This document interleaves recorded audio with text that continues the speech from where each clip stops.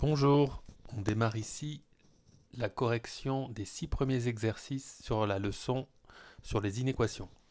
Premier exercice, traduire les phrases suivantes par une inégalité. Le nombre x est au moins égal à 12. Il est donc supérieur ou égal à 12. Le nombre x n'est pas plus grand que 6. Il est donc inférieur ou égal à 6.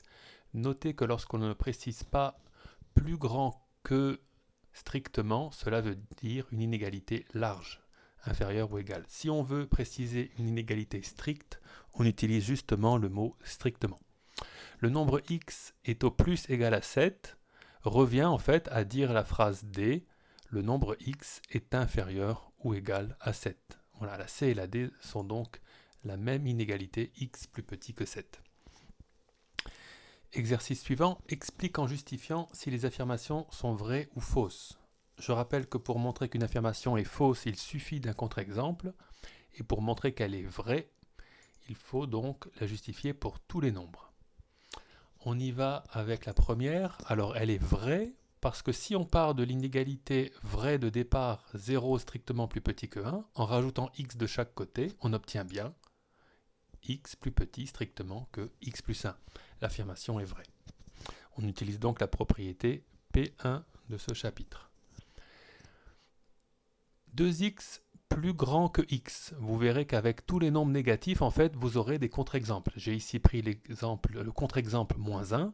Si x vaut moins 1, 2x vaut moins 2. Et bien sûr, moins 2 est strictement plus petit que moins 1. On a donc une contradiction avec ce qui est annoncé. Notez que cette inéquation ou cette inégalité, elle est équivalente si on enlève x de chaque côté à x positif. Ce qui bien sûr est faux puisque cela revient à dire que tous les nombres seraient positifs. Et on a donc un problème. Et vous avez ce même problème à la phrase C, puisque la phrase C dit que tous les nombres sont strictement négatifs, ce qui est bien sûr faux, il existe des nombres positifs. Passons aux exercices suivants. Indiquez dans chaque cas si le nombre moins 3 fait partie des solutions représentées ici sur un axe. Alors moins 3 sur la question A, il est à gauche de moins 2, il n'en fait donc pas partie. Sur la question B, moins 3, il est quelque part par ici, il en fait donc partie. Sur la C, il est justement à la délimitation, mais comme les crochets regardent du côté extérieur des solutions, moins 3 n'en fait pas partie. Alors qu'à la D, moins 3, justement, les crochets regardent vers les solutions colorées, moins 3 en fait partie. Ensuite, vous avez un exercice où on vous demande de créer une inéquation dont vous avez les solutions représentées sur un axe.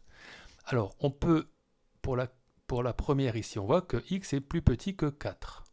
Moins 4, pardon. On peut donc déjà répondre x plus petit que moins 4. Ça, c'est bien une inéquation dont les solutions sont ça, les nombres donc sur cet axe. Cette inéquation, elle est un peu basique puisque ça revient déjà à dire les solutions.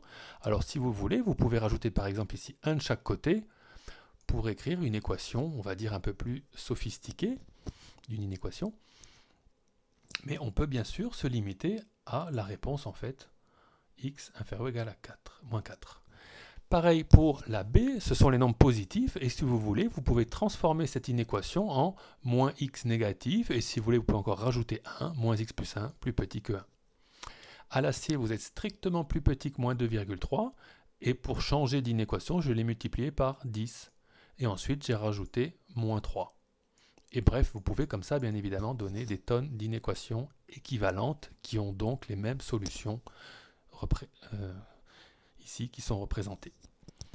Dernière, x strictement plus grand que 11, j'ai simplement multiplié par moins 2 ici pour obtenir moins 2x strictement plus petit que moins 22. Exercice suivant, alors ici, les nombres plus grands que 8 dans un sens large, c'est la dernière